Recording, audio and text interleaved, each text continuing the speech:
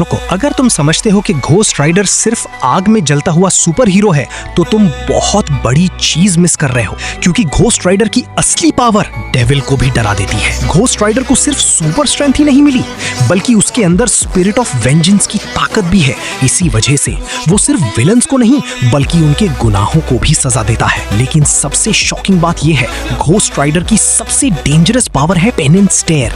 जब वो किसी की आंखों में देखता है तो उस इंसान को अपने किए हुए हर गुनाह का दर्द एक ही पल में महसूस होता है।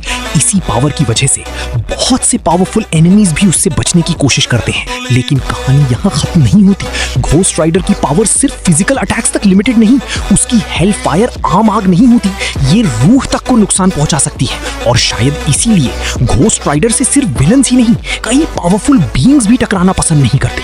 कुछ फैंस का मानना है कि घोस्ट राइडर का असली खौफ उसकी स्ट्रेंथ नहीं बल्कि इंसाफ देने का तरीका है। जिसने जितने ज्यादा गुनाह किए हों उसके लिए घोस्ट राइडर उतना ही ज्यादा डेंजरस बन सकता है। घोस्ट राइडर को रोकना इतना मुश्किल नहीं जितना उसके गुस्से से बचना मुश्किल है, क्योंकि जब स्पिरिट ऑफ वेंजेंस पूरी तरह जाग जाए तो सिर्फ दुश्मन ही नहीं, सबसे पावरफुल हीरोज भी उसके सामने दो बार सोचते हैं। और जब घोस्ट राइडर अपनी हेल फायर चेन के साथ अटैक करता है तो उसके दुश्मनों के लिए बच निकलना बहुत मुश्किल हो जाता है। शायद इसी वजह से घोस्ट राइडर को मार्वल के सबसे डरावने और अनप्रेडिक्टेबल हीरोज में से एक माना जाता है। सोचो, अगर घोस्ट राइडर अपनी पूरी स्पिरिट ऑफ वेंजेंस की पावर को बिना किसी रोक टोक के यूज करे तो क्या थॉर भी उसके सामने टिक पाएगा, या फिर घोस्ट राइडर की हेल फायर सब पर भारी पड़ जाएगी।